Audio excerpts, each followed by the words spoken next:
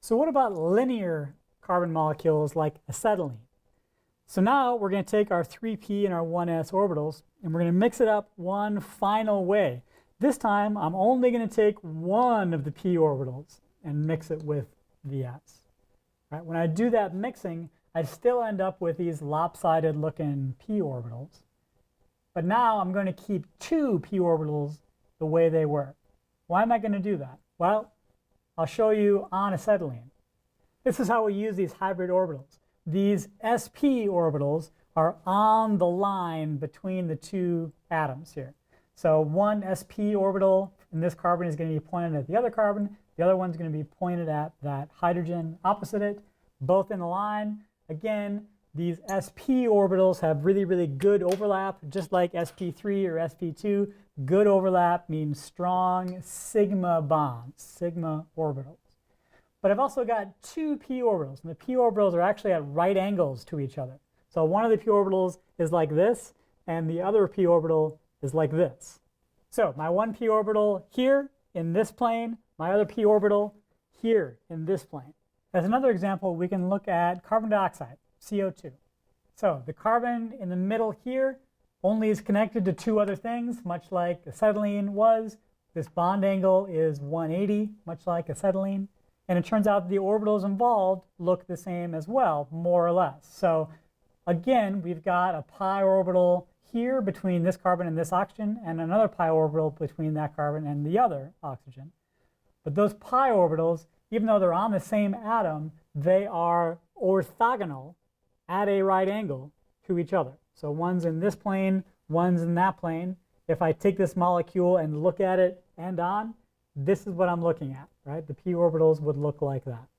All right? So again, this is important because I'm not seeing, like I might later, a bunch of electrons that are able to share across a series of pi bonds that are lined up. This is not that. Right? In this case, I've got two pi bonds, but they can't overlap with each other, so they don't mix. How does hybridization work in other elements? Works the same as it does as in carbon. Right? So here's carbon. Let's take one step back and look at borane. So borane has boron in the middle, 3 hydrogens. Boron is in the third column on the periodic table. So boron takes 3 bonds. There's no lone pair in borane.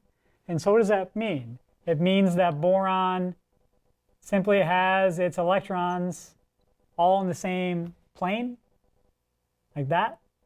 And so we can say, what's the hybridization at that boron? We can say the hybridization is pretty clearly sp2, just like carbon with a double bond, right? I can say these bond angles are about 120. In this case, I think they're exactly 120. And we can also see that boron has, we can think of it as having an empty p orbital.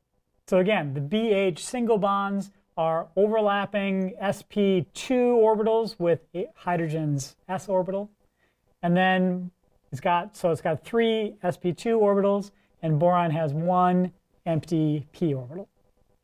How about ammonia, NH3? So nitrogen is here, 5th column over. It takes 3 bonds and a lone pair, typically. So we have a lone pair on nitrogen.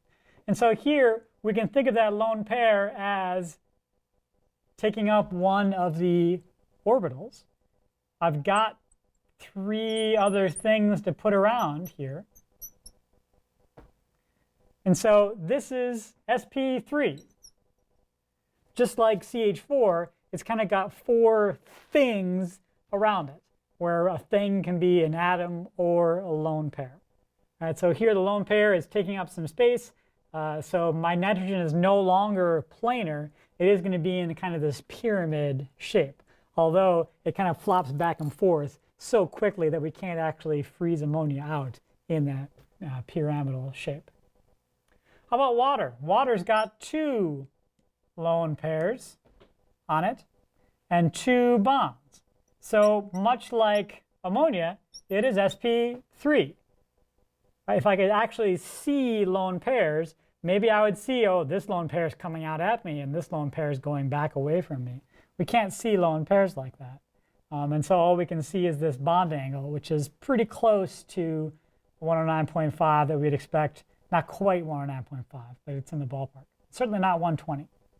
So ammonia and water we can call sp3. Even though there's not 4 atoms around it, there's 4 things around each of those central atoms, thing being an atom or a lone pair. Whereas borane does not have a lone pair on boron. And so 3 things, sp2, empty p orbital. Here's nitrogen in a nitrogen-nitrogen double bond.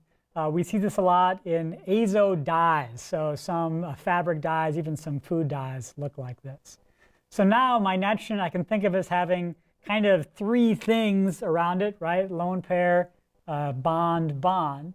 And so this is now going to be sp2, right? I can imagine a sigma bond here, a sigma bond there, but then my nitrogen has a pi bond that is sharing with that other nitrogen.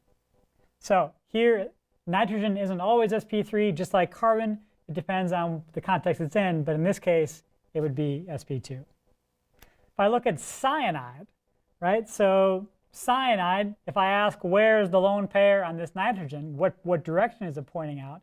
It's probably pointing out just like the lone pair on this carbon is pointing out, because both of these atoms are sp hybridized, right? They've got 1 sigma bond, they've got 2 pi bonds, one like this, one like that. And so here I could talk about both carbon and nitrogen as being sp hybridized, forming strong bonds and holding that negative charge pretty close to the middle because it's S-like.